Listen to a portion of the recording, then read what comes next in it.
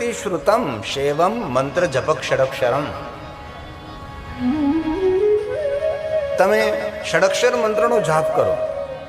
જે મંત્રનો મહિમા વેદ ગાય છે, પુરાણ ગાય છે. સર્વશ્રુતિ શ્રુતમ, જે શિવજીનો મંત્ર, જે મંત્રના અક્ષરો 6 રહેલા છે, જે આદિ મંત્ર છે, મૂળ મંત્ર છે, મહામંત્ર છે, શ્રેષ્ઠ મંત્ર છે, સર્વોપરી મંત્ર છે, એનાથી કોઈ મંત્ર મહાન છે પણ નહીં. એ મંત્રનો તમે આશ્રય કરો.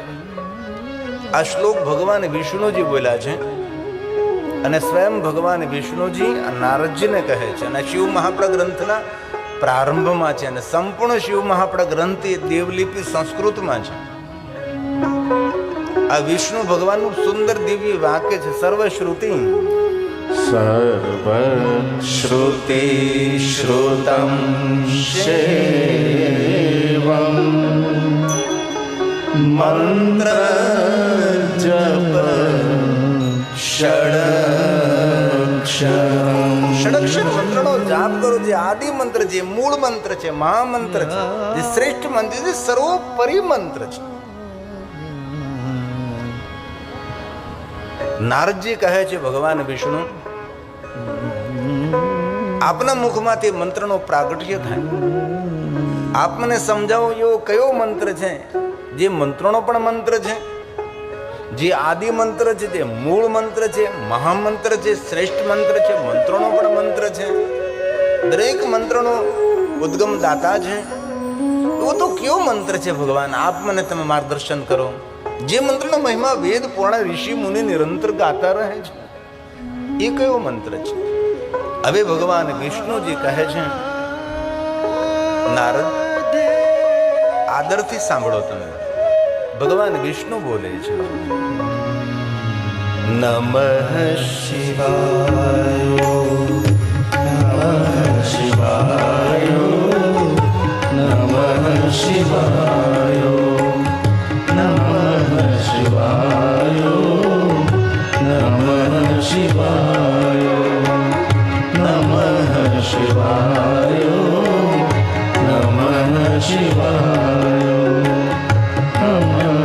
શિવાય નમઃ શિવાય